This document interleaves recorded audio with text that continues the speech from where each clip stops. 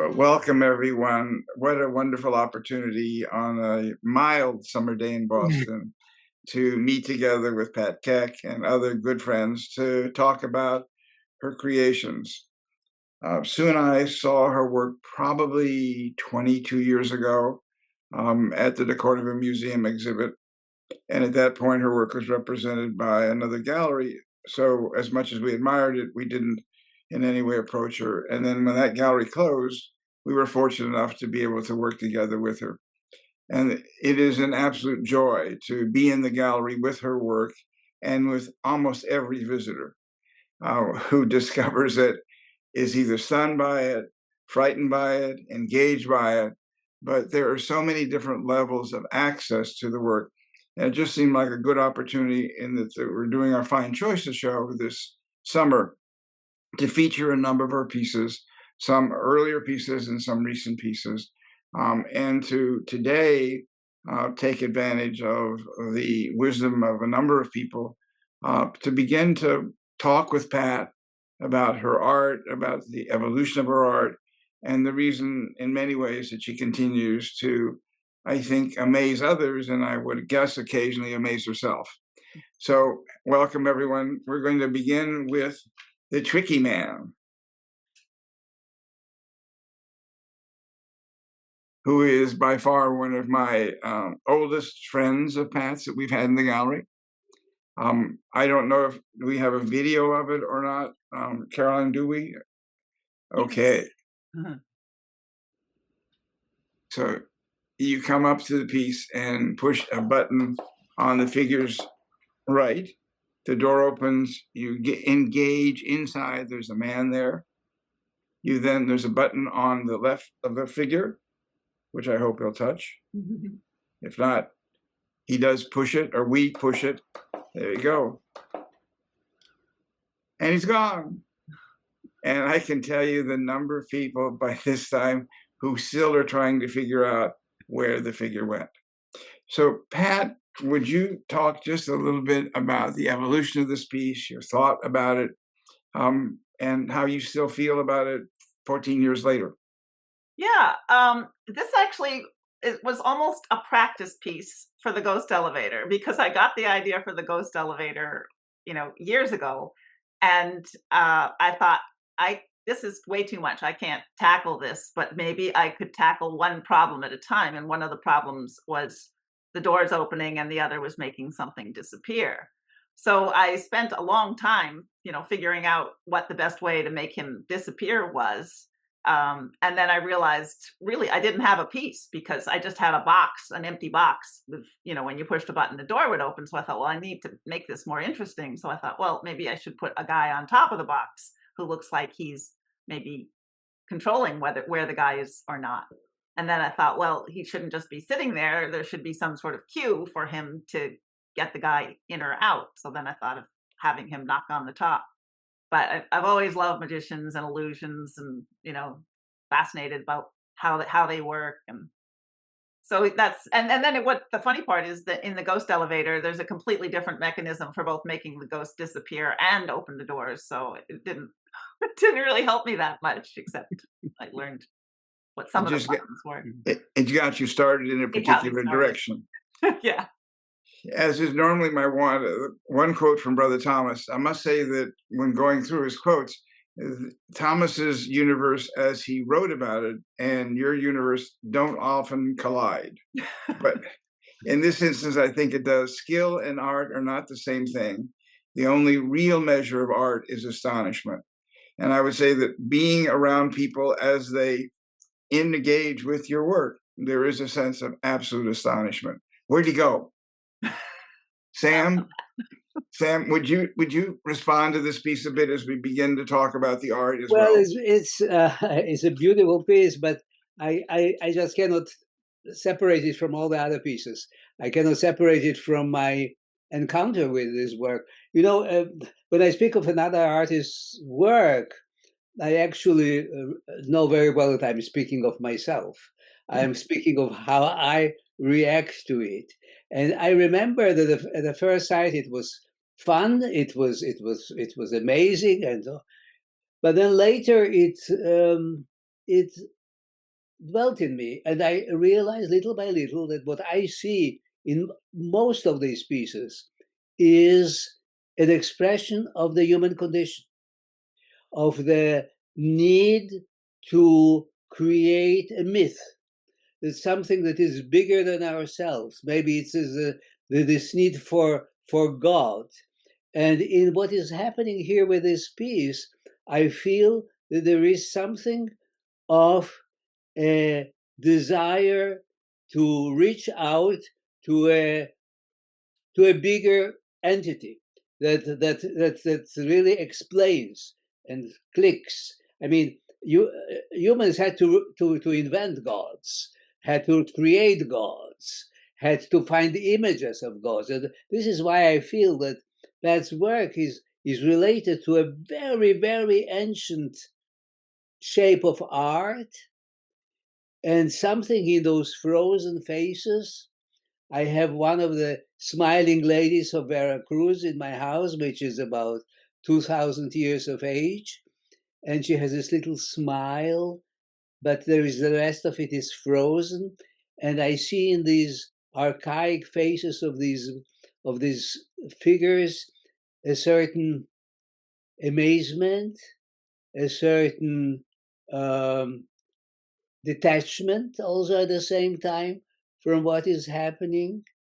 And these knocks of this figure make me think of how BBC was sending messages to Europe with the beginning of Beethoven's symphony of the three strokes of destiny, sounding. So there is something of the human need to explain the unexplainable, to reach out to the magic. And all this is what attracts me enormously to the work of Pat, but also its beauty is physical beauty. I mean, in this man, the thing I look most, I must confess, are his shoes. Because his shoes are such an expression of perfection, of human craft, that for me they make the piece. I don't know how to explain it to you, because no one wears such shoes today. I mean, people even in tuxedo wear sneakers. So there is something. I don't know. One times maybe. Interesting. Mara, can you respond to both the piece and to what Sam was indicating, which is that we're not looking only at an automaton, a particular sculpture, but we're looking at a set of questions about the human condition? Well, just a few things. First off, because we're looking at a picture, I'd like to give our audience, if they have not yet been in the gallery, this piece is 80 inches tall. I'm a average to above average height woman, but my eyes are only at 65 inches. So the theatricality of presentation has this looking up feeling to it, which is precisely when we're in a show, we're at the big top, we're at the theater, we're in a nightclub, or somebody's on some sort of, and we actually, even if we're a distance from them, we look up. So you already have that theatrical presentation and scale in place. The second thing about her work is I always think it's incredibly generous for an artist to invite you to actually touch a piece. We essentially are in the visual trade, and there is the reciprocity of viewing, where you're entered into a conversation with someone through their artwork, but to actually press buttons gives you such an immediate companionship with the piece, and an actual relationship to the piece that's not just a viewing relationship. So then you start going into the more metaphysical questions that Samuel is talking about. And it's in Pat's pieces, there's that structure of hierarchy of altar and performance, because as an old theater person, performance came out of the ritual altar, and the altar and holy persons in some sort of rite on the altar is essentially a theater production, as far as I'm concerned. But that relates to sort of religion and worship. The human aspect is what the really humanism that Samuel's talking about, where you start seeing the perfection of the shoes, or the perfection of this formal attire. And then you just get into all the layers of what it is to be human, what it is to be from that theater relationship to the craftsmanship of civilization moving forward, or in this case, moving backwards, since he's the magic man of another era in this particular garb. And Rusty, your thoughts? Well, first I have to say, full disclosure, Sam and Primo Levi have this special thing about shoes, so he's sort of drawn to that immediately, I'm sure. One of the things that I think folks have touched on, but I think if you look at the picture on the left, the full picture of this piece is the symmetry, the geometry that Pat works with.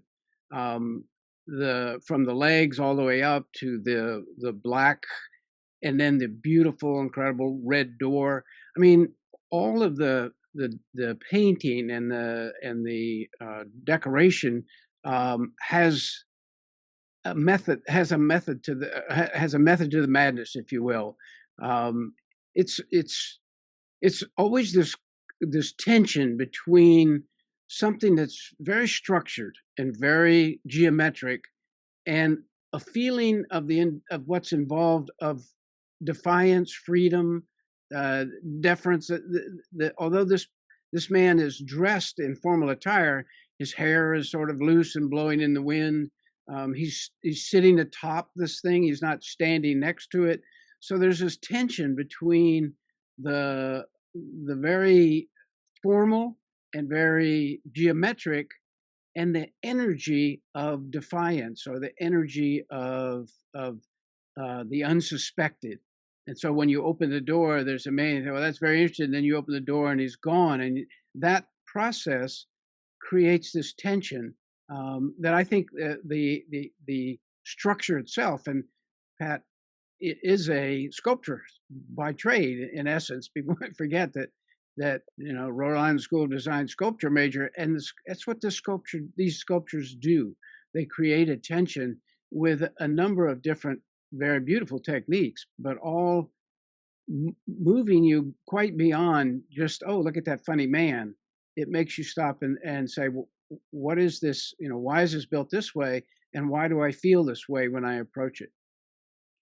Pat, I think in fairness, you should respond to all these comments, and then we're going to move on.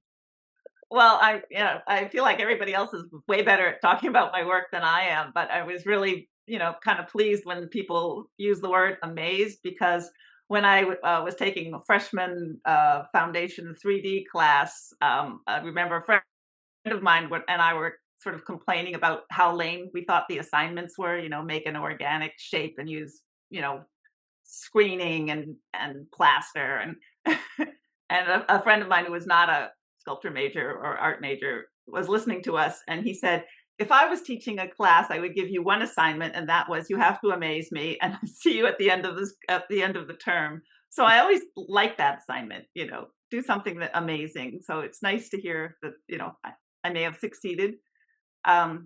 I also, like what Mara was saying about the theatricality, because I do love the theater. I like the artifice of it. I like that when the audience comes in, they're willing to sort of suspend their, belief and just sort of go with you as they do in a magic show. You just know, you're being tricked, but you still are, willing to be amazed. Fabulous. Caroline, let's move on to the next piece. There it is. And I don't know, did we have this one moving as well? Or if not, we can just describe the fact that it moves in a circle, but the circles on the mount itself also keep moving in and out of one another. And there's a kind of visual delight in this particular piece that is always fun just to share with people. I'm going to ask Mara just to speak briefly about this. Okay, you have to ask the girl about this one. I've never been a mom, but I've watched a lot of moms, including my mom of 7 children, who was an executive. So you look at this woman, she's got a very chic haircut, she's got a very stylish suit on. And now imagine this, the optical illusion of the spinning mom and the circles coming in and out and in and out and in and out. And think about the sort of circus act of plate spinning. And that's what working moms do. I think this is like the perfect embodiment of the working mom. Chic to beat the band, and you're looking at her, and it's a dizzying array of what this woman is going through each and every day. So, Pat, is it okay if we updated the title of the piece? Oh, so you think it's a man, not a mom? Well, Yeah, it is. Well, I like very much this mixture between feminine and masculine, because I was wondering if it was a woman or a man, and this is so up to date for right. today. Yeah, the androgyny. Right. That I saw that this is one of those wonderful things that it turns on itself. Also, it has a meaning of something between the feminine and masculine. I don't know. It's maybe I'm putting into it certainly more than what you thought, but this is the magic of the things, that they make us think and make us project into them something of ourselves. But this is actually the process of perception of art. Well, maybe businessmen have that same dilemma that working moms have. I know, Bernie, you're the businessman in the group. I wish that were true. I'm perfectly happy with where I am at the gallery, and have never viewed it in a traditional business sense. I'm happy to wear vests with pins. Other thoughts of this particular image? Then I think we should move to the next one, which is one that just came to the gallery from the last couple of years. I don't know if we have, yeah, you do. The video of it is really quite wonderful. And hopefully everyone can see that it's raining. And therefore you need an umbrella. There's no question about it. Rusty, your thoughts? Well, I think this is 3 sculptures in a row that have a man or a woman, a human, on top of a display case of some sort.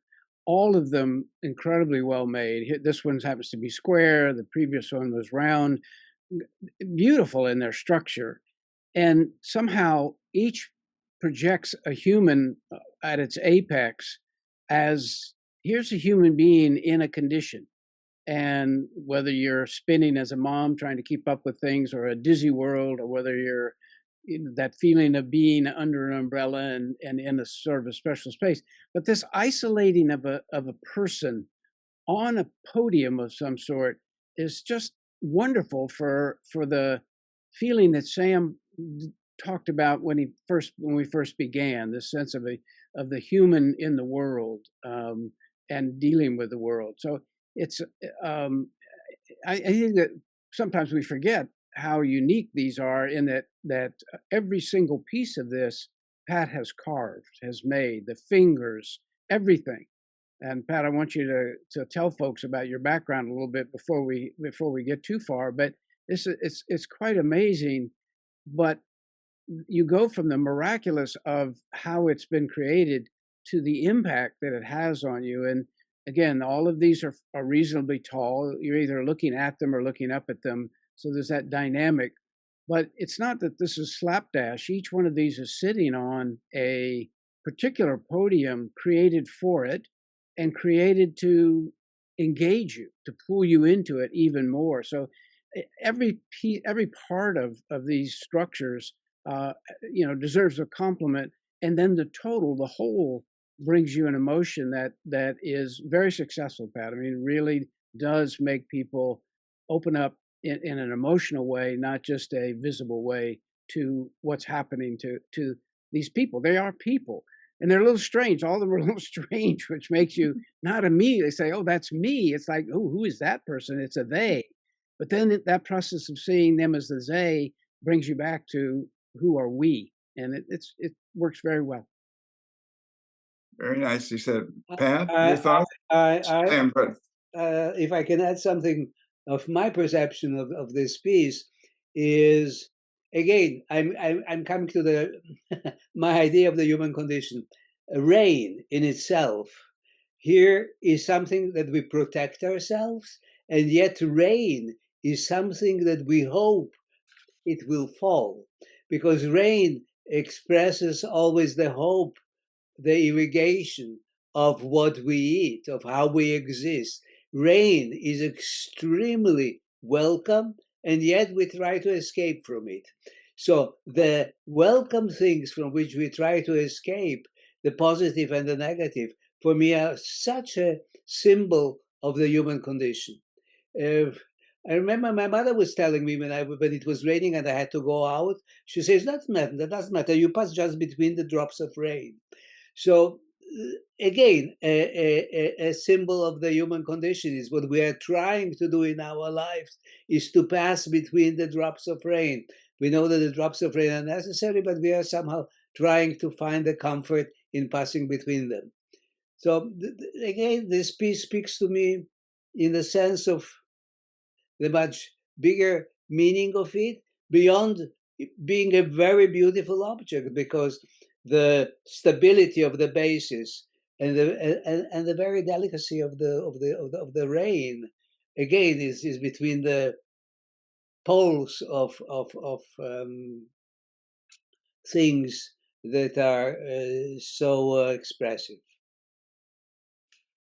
Rusty, again, your thoughts as to what Sam has said, to contextualize it in the world of us as human beings, both needing the water, needing the rain, but at the same time trying to be protected from it. Yeah, well, how can I say it better than Sam? Right. Put it, but it's part of it is, and I think the magic is, how do you depict the rain? I mean, just on the very technical aspect, how do you create the feeling Right. that you're under an umbrella and rain is dripping off it? Whether you, obviously, if you're carrying the umbrella, you don't want to get wet, so that's a purposeful thing. Either you toss it aside, but given that that's where you are, how do you convey that sense of I'm sort of in this isolated world of drops coming around me? And it's miraculously beautifully done. Again, the expression on the face is very simple, but also very poignant. For here, where am I? What the question of why am I here? And it just beautifully well done. So, Pat, what prompted you to create this piece? Well, sometimes I just get an idea pops into my head and I feel like I'm almost just doing things to amuse myself, but I thought actually was pretty funny if you had an umbrella, which rather than protected you from the rain, actually made it rain on top of you. So sort of like you were just a uniquely unlucky person. And I thought might be a fairly simple thing to do, because I actually was hoping I could do it with real water by maybe having a pool underneath him and pumping it up through him and having a reservoir in the umbrella and holes in it, and it would all just drip down and recycle. And it turns out that's not what happens. You need a certain amount of pressure to get the water through the hole, so it wasn't going to come through. So as usual, once I get an idea, I don't like to give up on it. So I talked to my genius brother about how we might make it rain. And one idea I had is uh, I had a friend who built an automata of a guy chugging hot sauce, and he just painted a rope red and spun it. So it looked like that hot sauce was going right into his gullet. And I thought, well, maybe I could get little thin wires and wrap something around them. And, then if I just had somebody who could make me a system for revolving all those underneath, and that was my brother, and he, loves a challenge. So, but he was working on sort of the underneath part while I was working on the upper part. And I was worried about whether this was going to work at all. So I kept thinking of ways I could make him look wet. So I ended up sewing little glass beads onto his raincoat so he looked wet. And he's got one hand out with a few little beads in it, like he's like, what's going on here? And then I painted on the base a little circle with puddles in it, or what I thought would look like puddles. So I was trying to like create the illusion of what was going to happen just in case we couldn't make it happen. It's just absolutely fabulous. Let's move to an earlier piece that we just got in the gallery. It's the first time I had seen it. And many of the early pieces are self-activated. They're not motorized. You participate one way or another, either by turning a crank, or in this case, there's kind of a piece of material you touch and it causes the drumsticks to hit the drum. So you can discreetly make the sound whenever you want. Mara, your thoughts about the small drummer? Well, first of all, there are the dreaded sneakers for Samuel, you know. And of course, they look very much like either bowling shoes or Chucks in red, which is just a very groovy. So you understand this guy as a very groovy guy with his checks and with the stripes and the checked floor and the punky hair and the very groovy sneakers. And this one, more than others, feels to me like a classic automaton, you know, just one simple movement, a drum. The monkey with the drum, you know, is a classic. And so there's something classic about it. But again, you know, speaking to Rusty's idea, the craft is impeccable. I mean, right down to painting every single one of those checks and keeping it perfect. I mean, it's just you know, masterfully done. And again, it's that trickster character with the punk hair and the, you know, I'm here to amaze you, I'm here to trick you visually. The Loki character, who everybody wants to love the bad boy. It's wonderful. Caroline, you've not had a chance to speak about these pieces. These are certainly far away from your clay sculptures. They are, but I mean, on one level, I mean, I was in band growing up, and I can think of like people, and like that looks exactly like the, you know, the snare drum player in the band, in concert band. But on another level of making, I love what Pat said when we were talking about Tricky Man, is how her thought process works out is so, it comes through the making. You know, you might get an idea and run with it, but answers come as you making it, like, well, maybe this thing. And that's where the magic comes in. And I love how Rusty talked about where the tension in Pat's pieces are. It's almost like these very logical pieces that have to work in an engineering way, but it buds up to making something that's very like almost, you know, they're magical, they're mystical in a way. That's what I think Pat's pieces really bring out. And then on top of that, you have this black and white harshness with the two primary colors she often uses, yellow and red, which have this poignant zing to them, and that it complements the work and its structure as well. Pat, your thoughts about, so this is quite a while ago. This is close to what, 25 years ago? Yeah. Well, yeah, this was a practice really piece. I loved automata. I did not feel I was capable of making one, but as she points out, there's a lot of history of them playing instruments, in particular drums, but all kinds of instruments. But I thought, you know, I could probably make one that plays a drum. And this is part of a series. I did a whole bunch of drummers that work by different methods. And my dream was to get them all together and have like an all drum orchestra, but that never quite happened. I see. Probably good for the neighbors in any event. Right. Absolutely fabulous. Let's move to the ghost elevator, which is recent to the extent that it's the last few years and it's been in the gallery and been enjoyed.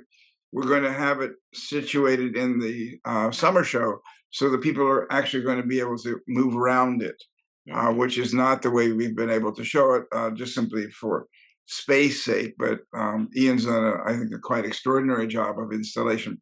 But Pat, I'm going to ask you to begin with the conversation, and then we'll move on to others. Okay. Well, again, this idea was in my head for a long, long time before I felt I was, you know, ready to tackle it. And again, because I have access to my brother who loves challenges. And I think I actually had 3 ideas, and I said, well, none of these are going to happen without his help. So I'll just broach them all to him, and he picked this one. But the idea, I think I've done ghosts before, and I just think the idea of like a wooden ghost is funny. And then I also thought, well, a ghost that needed help elevating would also be funny.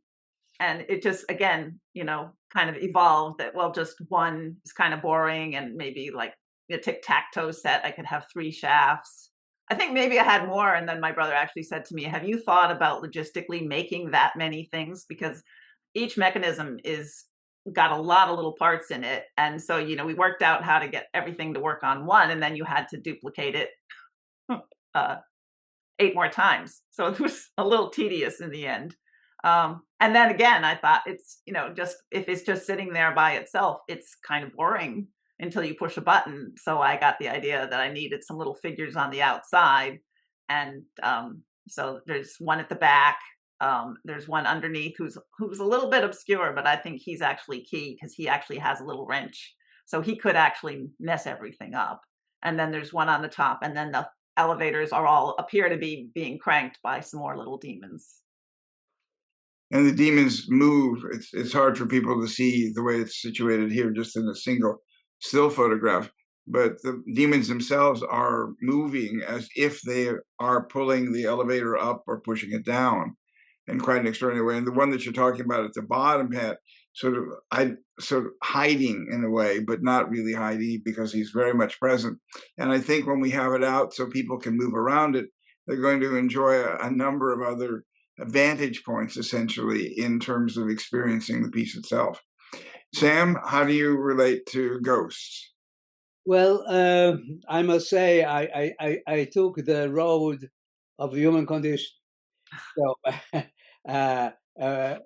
when people tell me it was meant to be, I say, don't say it, because it means that you believe in determinism. When Bashevis Siker received his Nobel Prize, he made a speech and he spoke exactly about that. He said, and he took a phrase from it's not in the Bible, but I think it's in one of the very early books that says, everything is foreseen, but man has a freedom of choice. Mm-hmm. And I thought about it very often in front of elevators. It is foreseen the elevator goes, but we can choose this floor or that floor.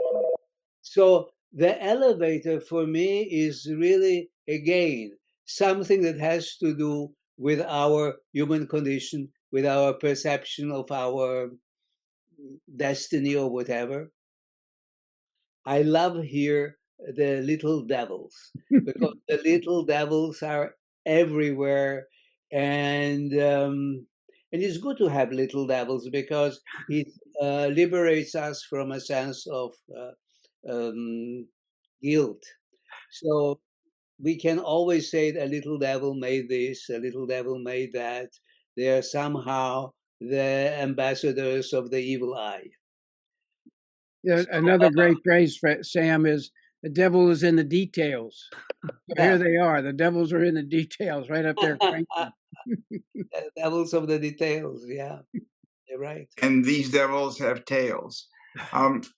Just another point, the phrase, Sam, that you're referring to is actually from Pirkei Avot. It is that, yeah, that's a wonderful conundrum that the rabbis are very good at. All is foreknown, but man is given free will. And so exactly. So when I will now take elevators up to the 3rd floor of the gallery and think of the Talmudic teaching. I doubt it. I doubt it. Mara, please. Well, I should have had Samuel and this contraption at Catholic school while they were trying to explain all those mystical concepts to me. Free will, that God is all-knowing and all-seeing, omnipotent, omnipresent, but you have free will. Like, oh my God, the elevator, that works perfectly. You two should be teaching in Catholic school now. Especially the devil, the angel who's telling you the good stuff on this shoulder and the devil on that shoulder. It's all there. I think you just need to get one angel up there, Pat. It's all there. The metaphor of theology is, who knew? Who knew it was all there in this magic cabinet for all of us to see? So I wish we had a film of this. We do. We do. Oh, I we think. do. Yeah. Good. Let's see the film. Let's I don't know. Before you go, I want you to. Well, here you go. The angel is the one on top. The devil is the one on the bottom with the. It looks like they're all little gremlins on top. I just made it for you. Oh, for me. Okay, thank you, dear. You're so good to me. Yes, man. But the idea of a ghost that needs transport is hysterically funny to me. Pat. It's just priceless as far as I'm concerned. Something you don't see terribly well here. These things are elevated off the floor. They're not touching the floor, which is just a fabulous little. Maybe they're the angels. That's it. They're floating. They're your angels. And apologize, we don't have a video. We just have the close up for this one. Okay. So I just want to point out, as in the man where the elevator, where the rain was inside the umbrella, the interface of those circles that you painted just in case it didn't work. I always look in a painting for transitions, between foreground and middle ground, or just in an abstract painting of how we're that we're not getting blocked up somewhere. And those precisely painted droplet circles circling out of the drop of water were the perfect interface between the pedestal and the sculptural element on top. I mean, it was just I thought they were just beautiful, and I just wanted to get that out there. But in here, we see, and now Rusty is telling us that the toe of this ghost doesn't really touch, but it has an implied movement or touch because of something radiating out from the point of the toe. Right. And also, if you go back one slide, please, Caroline, and look at the pattern just on the left-hand side as you're looking at the screen, with the lines both around the door that open, some triangulated, some with X's, and the way that it becomes a kind of Ouija board in a sense. And then you have these demons or characters above who are moving it. There's so much going on. And then when it opens in the next slide, and you look inside with the ghost, there's also the use of a rectangle with a rectangle inside one another, so that you create spaces for all of this to take place. And then in the next slide, which is the woodcut, you sort of bring together many of these worlds that raise the question that Sam was talking about, I think, at the outset, which is the notion of how we live our lives, how we approach it. Are we being manipulated? If we are being manipulated, who is manipulating it? Who is writing the script? And Pat raises all those questions in this rather extraordinary summation. And then only of late has she created a sense of black and white woodcuts, which are next. And they're just marvelous. I really want just Sam to, if you want to talk about some of these dibukim, it would be wonderful. Well, I mean, it only reinforces in me this sense of the person between elevator and here having given the possibility of choosing two elevators. This is and then the person below it that has somehow just to reach out the hand and find the instrument that might maybe liberate him from being caught in maybe an elevator cabin that got stuck. And this makes me think again of this old Chinese saying that great luck is the sound of the wings of a bird that passes behind the back of a blind man. He has just reached for it and he gets it. And here there is the instrument where this blind man in the darkness just has to reach out, and he will have the possibility to find the tool which will open up the cabinet, and he will be able to reach freedom or good luck or whatever. So I somehow all these things, this old saying that try to define living, the human conditions are all there for me in the creation that Pat is proposing to us. And I love this thing also visually, in its composition, in its elements of movement and stability. Well, I don't want to go into details because I will take up too much time. I love the smile of the devil. He has really, in the big battle, he won over the angels. Let's look at the next slide as well, because there, Sam, the figure between the two columns is more dominant than the way you saw it before. And Rusty, your thoughts about these recent woodcuts? What I was thinking as Sam was talking is comparing the middle and the bottom, is that on the top, the devil is sort of laughing, and in the middle, the gentleman is looking, do I go in one side? Do I go in the other side? These are elevators. I have choices. And it's in comparison. So he's thinking about going in. And then the man on the bottom, his dilemma is, how do I get out, potentially? He's in, locked in, and there's maybe the wrench that will free him. But they're two opposites, going in and going out, juxtaposed, and the devil's up there laughing. So it's it's very again, very poignant sort of representation of human dilemma of I'm looking in, do I go in, where do I go in, or I'm in.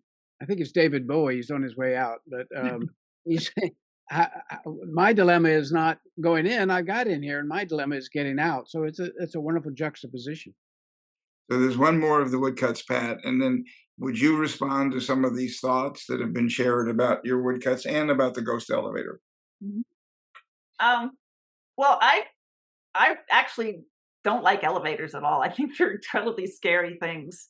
I think there was seemed to be like a lot of movies where, the elevator doors would open and the elevator wouldn't be there, or you'd get in the elevator and the elevator would go crashing to the floor, or you'd start going into the elevator and doors would close and you'd lose your leg.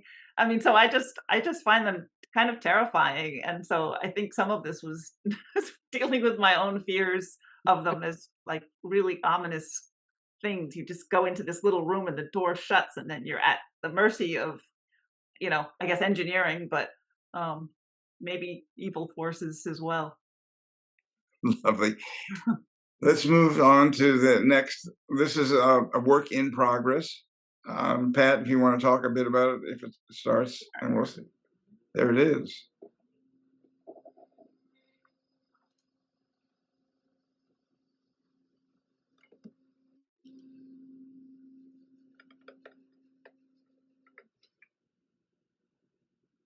So I am a huge fan of David Bowie and have been for years. And when he died, he knew he was dying. And one of his last, or the last video he made ends with him going into a cupboard and closing the door.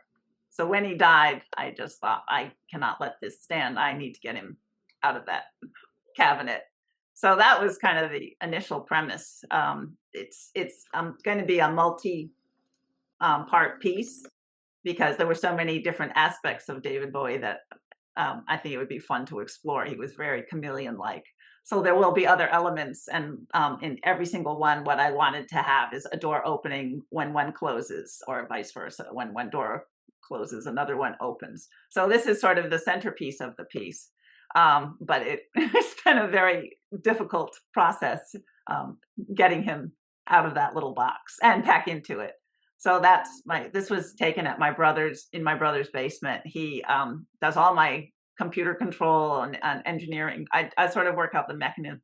So the picture on the left shows what I built when I brought into my brother and said, okay, I've got all the bits here. Now, can you actually make this happen? And then the picture on the right shows, some of the voodoo, as my friend Jim calls it, that my brother puts in to make this all happen in the right order. Pretty remarkable overall. Sam, do you want to speak just a bit about In and Out and boxes?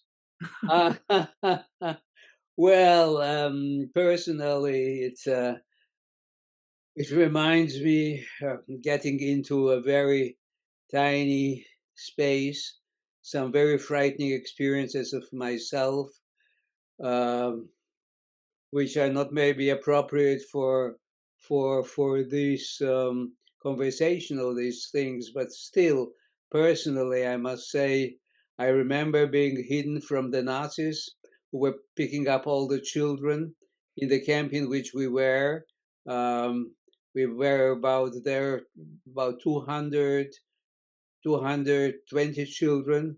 20 have survived because they managed to hide. I was hidden in a tiny space, exactly like this man. And I spent in that space the time that I started to feel that my limbs were little by little dying.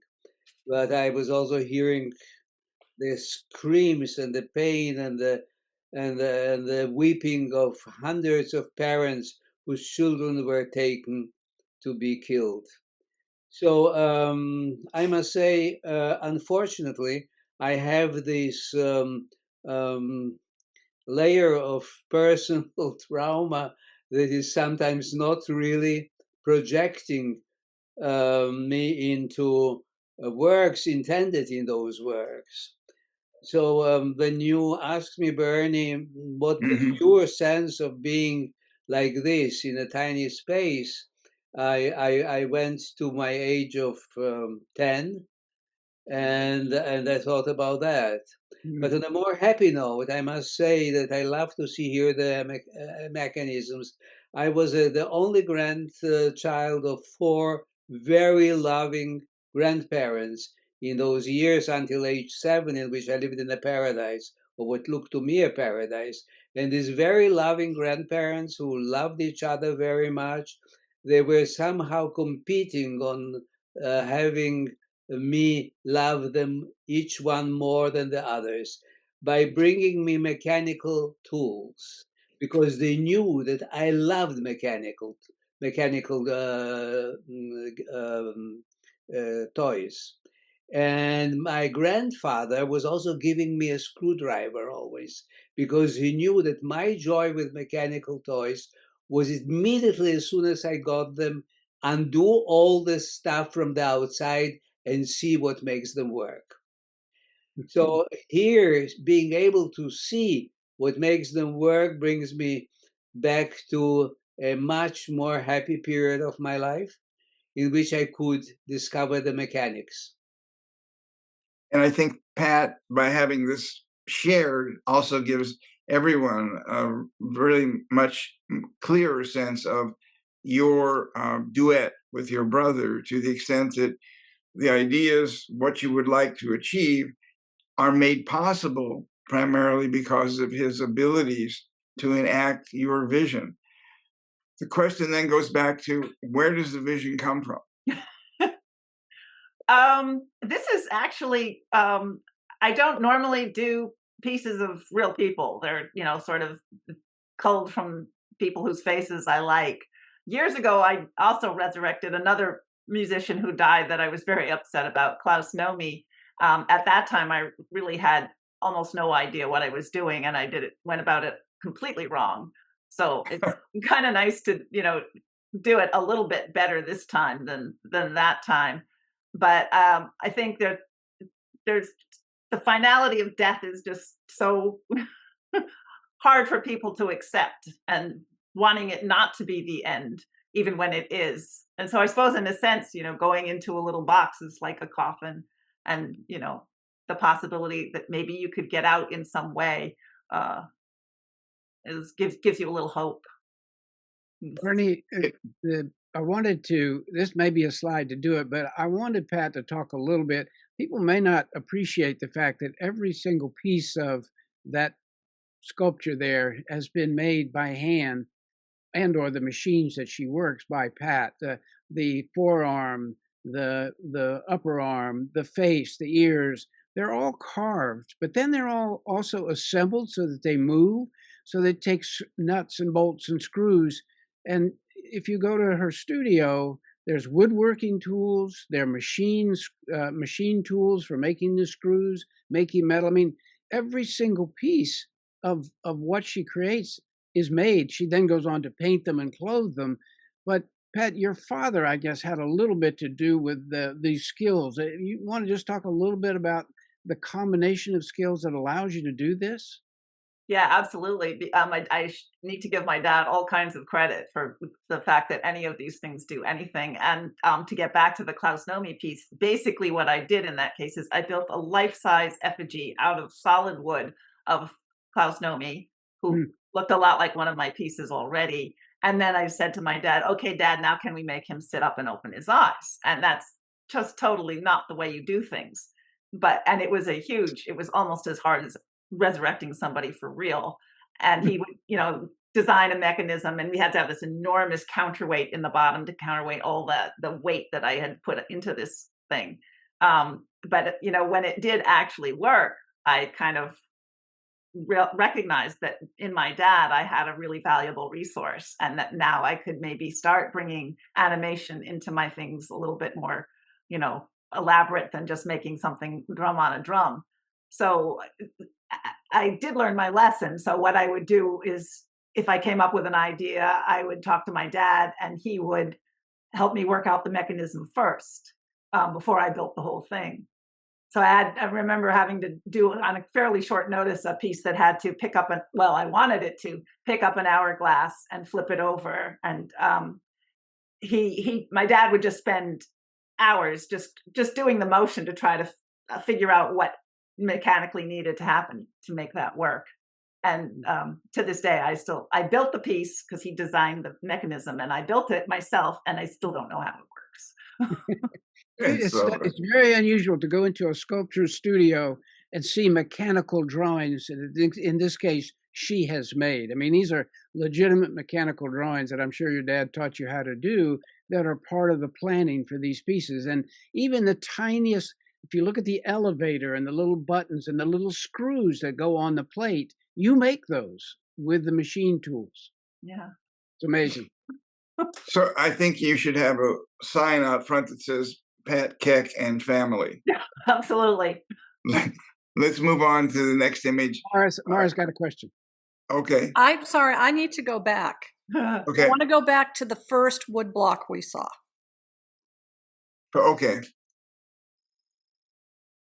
There it is. Yes. This is the family. So the first thing you see reading from the top is the marionette. So he's on the marionette bridge backstage, and he's the marionette. But then all of a sudden, when you get to the next one, the marionette, you say, wow, somebody's operating a shadow puppet. And the shadow puppet is moving the marionette master up above. And then down below, you have all the little demons moving the stick rod puppet all the way up to the top.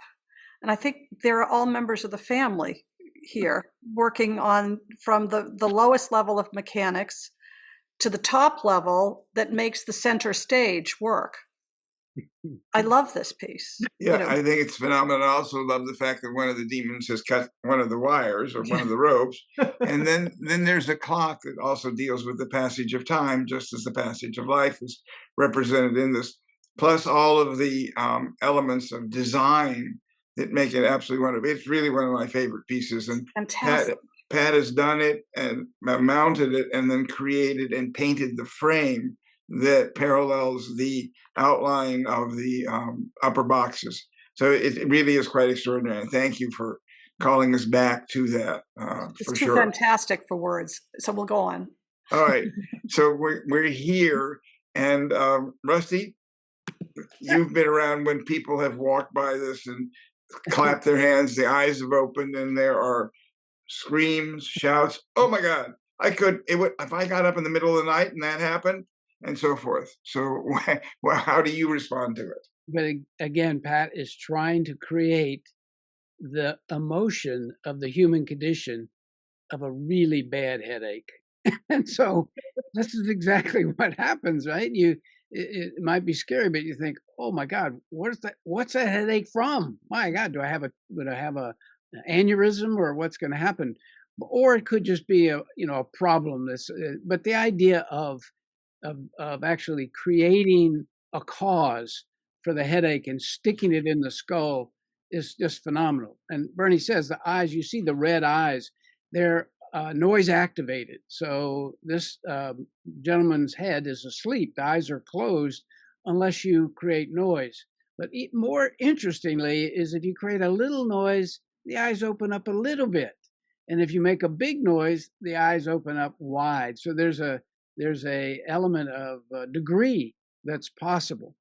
Again, this is not the person on the fork that's up high is sort of elevated, but this is not as much looking up, except for that individual, as it is just experiencing. But the structure, once again, a beautiful box, beautifully painted, red eyes, totally black face.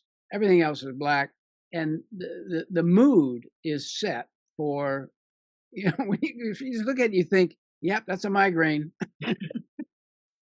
That's a diagnosis by a retired doctor.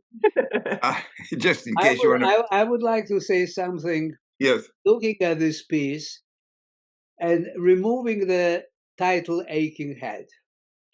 What let's say I just don't pay attention to aching head.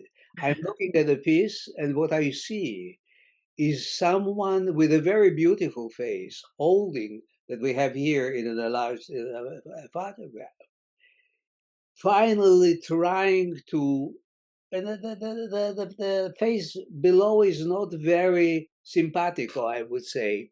He has something very, very, very, very frightening compared to the one who tries to hit and maybe even kill the force below. So I don't know. It's a bit the struggle against the evil forces. Something in me reacted in that sense when I saw it. I didn't think of headache very much. I thought of David and Goliath. So my personal projection again relates to something very different.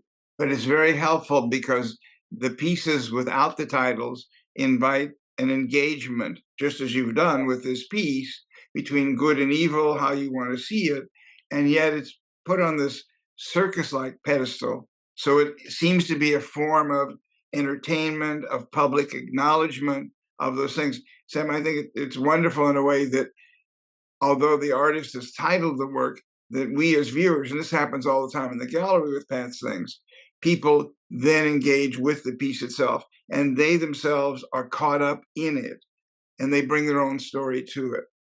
So we're going to end with a piece that actually was commissioned by Rusty upon his retirement as a physician that did IVF. And Pat, would you describe a bit of it and how the process of working together with you created this rather extraordinary piece? Yeah, sure. I don't normally like commissions that much because I have lots of ideas that I want to get to, and it takes me a long time to do each one. But in this case, when I talked to Rusty about his ideas, he was very open to, the interpretation of, what he wanted. He was very loose about it.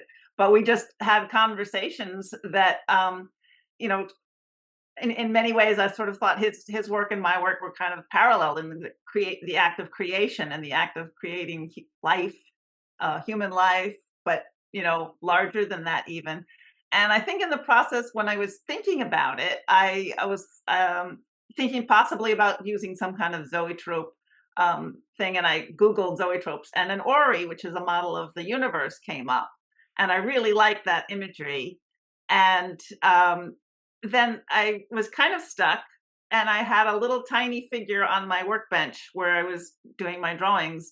And I had just just thrown the figure into a bowl, and then all of a sudden a light bulb went off in my head, and then I thought, well, what if the figure's in a bowl, and what if he's stirring the thing that's in the bowl, and then what if the bowl starts spinning, and it just all started to come together. And I was also thinking about how much a model of the universe also looks like the model of an atom, a carbon atom in particular, because it's sort of like the basis of all human life. And